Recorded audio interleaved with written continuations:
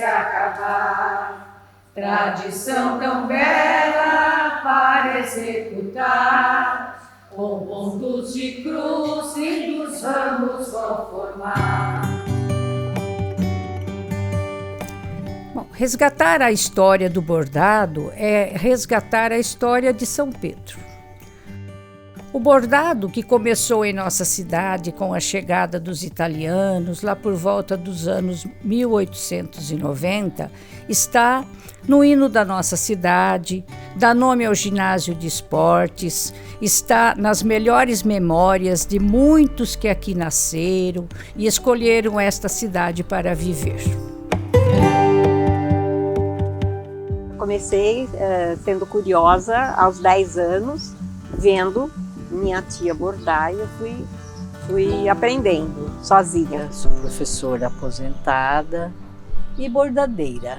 Comecei a minha vida no bordado com 7 anos, aprendi com a minha irmã. Bom, para mim começou quando eu tinha 8 anos, 9 anos. Em casa minhas irmãs bordavam.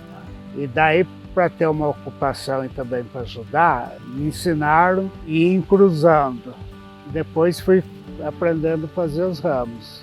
Isso foi até os 12 anos, 13.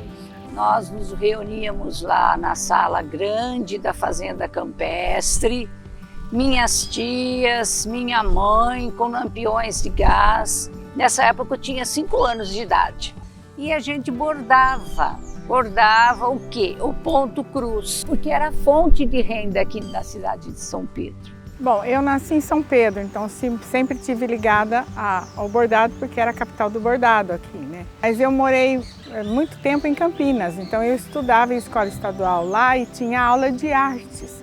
E na aula de artes a gente aprendia ponto cruz, crochê, tricô e outras coisas, né? Só que quando eu vinha passar as férias no hotel dos meus avós aqui em São Pedro, eu conheci muita família portuguesa, italiana, que as senhoras que vinham junto sentavam no banquinho lá na frente e ficava bordando. E eu sentava do lado e ficava olhando. Então eu aprendi muita coisa sozinha. Ela foi uma mulher muito batalhadora, trabalhou sempre em casa. De mocinha, ela foi aprendendo a bordar. Aprendeu com a dona Ermelinda, né? Ponto cruz. E esse trabalho elas faziam para renda para elas também, né? Para a gente comprar também, ajudar os pais a comprar alguma coisa diferente, a gente tinha que saber alguma coisa. E quando meu pai comprou as terras que hoje a gente mora, o dinheiro era para ajudar a pagar e construir a casa que a gente mora até hoje. Aí, dona Ermelinda Zini, a nossa matriarca aqui da cidade, ela oferecia bordado para se bordar para fora, para fonte de renda, né? E a gente ia lá buscar os bordadinhos para bordar. Nossa, pra mim é incrível a história da minha bisa. Porque assim, ela começou a trabalhar com 15 anos de idade. Aí ela foi evoluindo, ela chegou a ter 600 mulheres trabalhando junto com ela no bordado. Ela conseguiu estruturar e manter uma família, passar isso para gerações seguintes. Então isso pra mim é uma coisa que eu vejo como um grande exemplo. E a dona Ermelinda foi uma das mestras do bordado aqui. Então a gente bordava para ela, depois começamos a bordar para a dona Zica, e isso foi se expandindo até a nossa adolescência. Na adolescência a gente bordava mais, por quê? Porque nós queríamos comprar roupa e não se tinha dinheiro para comprar roupa. Não se tinha nada para fazer, aqui era só bordado. Homem bordava, mulher bordava. Não tinha distinção, todo mundo bordava. O bordado levou o nome de São Pedro para muitos lugares do Brasil e até fora do Brasil, como capital do bordado. Eu lembro de quando eu era pequena, o pessoal sempre falava das mãos de fada, né? Que ela tinha esse apelido das mãos de fada. No colégio sempre tinha semana cultural, dessas coisas. Então sempre vinha alguma apresentação relacionada ao bordado. E aí sempre falavam das mãos de fada e eu sempre ficava emocionada, eu lembrava dela. Sempre foi uma coisa bem presente.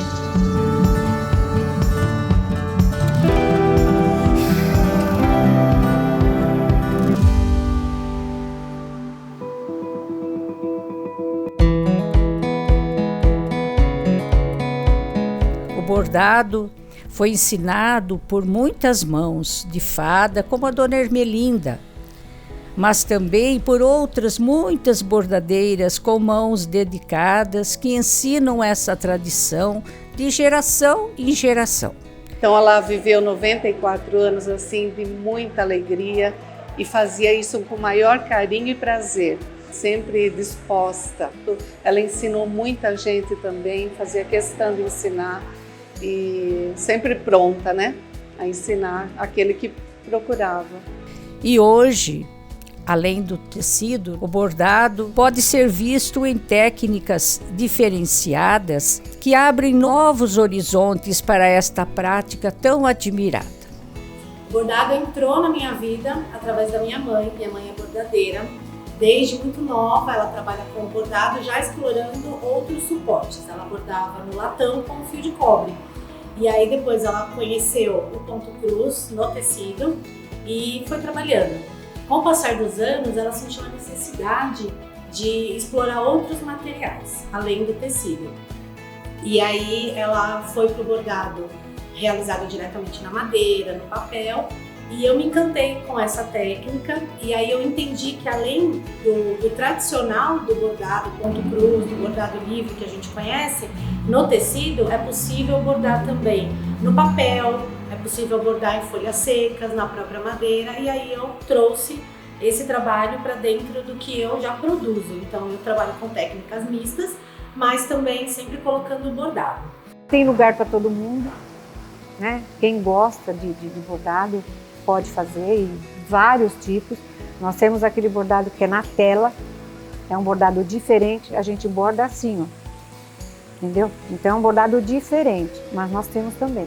Então, eu comecei a fazer coisas diferenciadas, principalmente os cantores e artistas que eu bordo em ponto cruz avesso perfeito, para chamar a atenção dos jovens, porque o nosso intuito é trazer jovens para aprender o ponto cruz, né? E fazer que eles se interessem. Então eu faço desde colar, quadrinho, chaveiro e as toalhas de cantor para pegar essa juventude para que eles se interessem pelo ponto cruz. E me encanta porque o bordado realizado no papel permite também que eu utilize outras técnicas, que é no caso a aquarela, o lápis de cor, a colagem e assim por diante. Então é uma coisa que hoje eu atuo bastante com o bordado, faz uns 3 anos mais ou menos, que eu coloquei, e cada dia que passa eu consigo explorar um pouco mais.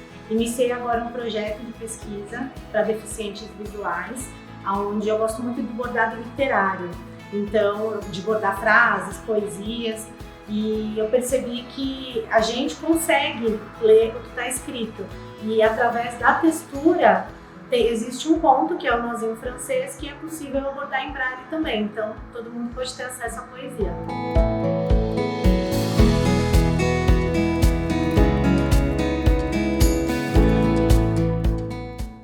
Há 20 anos atrás a Mercedes me chamou, aí eu vim fazer parte de um grupo de bordadeiras de São Pedro para a gente montar um resgate cultural do bordado. E a gente procura dividir os bordados em fases, né? Que nem a dona Nair faz mais a parte de caminho, toalhas e toalhinhas, seu João fica mais com a parte de cozinha e eu vou mais para a área contemporânea, que eles chamam, que é o bordado que a gente vê mais assim, tirado da internet, que nem os cantores e outras técnicas.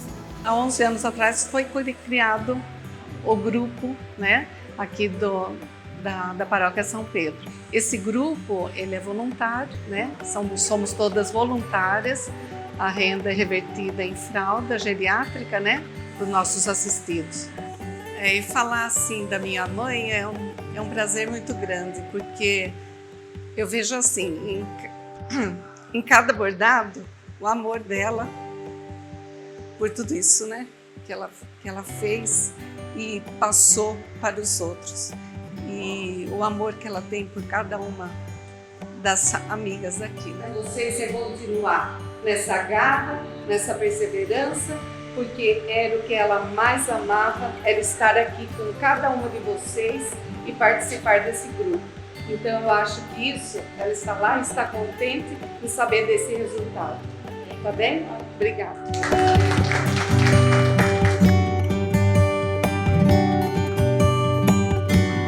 A cidade já viveu disso, ficou conhecido e é uma cultura também, né? Não só uma tradição, como uma cultura, uma coisa que as pessoas têm que... não pode deixar acabar. O Ponto Cruz tem, vocês viram, né? Tem muita coisa linda. Lindo, um trabalho que é difícil de fazer. Precisa ser uma especialista, né? Então... Vendo meus bordados até hoje. Comecei com 7, estou com 7.1, nunca deixei de bordar. O nosso projeto, fazer essas pessoas novamente aderirem, começarem a bordar e tornar-se novamente a São Pedro a capital do bordado. Eu acho incrível. Eu acho que a cultura, ela é algo que tem que ser sempre incentivada e ela ser mantida, porque mantém a história da região. Eu tô próxima dessa cultura, mas tem muita gente que não tá. É legal levar isso para outras pessoas para elas conhecerem, porque muita gente mora aqui e não tem noção do quão rica é a cultura de São Pedro. Eu acho que o Ponto Cruz é uma coisa que nasceu para... Ele até que desapareceu um pouco, mas agora ele está voltando. O que a gente quer mesmo é que possam dar força para a gente poder crescer mais, para poder fazer, né, e divulgar o nosso trabalho, que é muito bonito. Para além da minha bisa, todas as outras, porque chegou a 600 mulheres, né, que trabalharam junto com ela, que ajudaram, que incentivaram também. As famílias dessas mulheres, todas elas deixaram uma marca na história de São Pedro através do bordado. E hoje estamos aqui para, com essas mulheres guerreiras, ajudar a construir a história do bordado e da nossa cidade de São Pedro. Pontos de cruz e dos ramos vão formar nosso ponto cruz, com que Deus usar para alimentar a nossa mente funcionar. Mulheres guerreiras se doam para ajudar, cheias de ideias para elaborar. Em nossa São Pedro ele vai brilhar e aqui ficar para muita gente ajudar. E aqui ficar para muita gente ajudar. Viva o Ponto Cruz! Viva! E assim é a vida, nós vamos tocando a vida. Na outra geração, quando eu voltar, eu vou voltar bordadeira. Eu tenho, já acabou, né?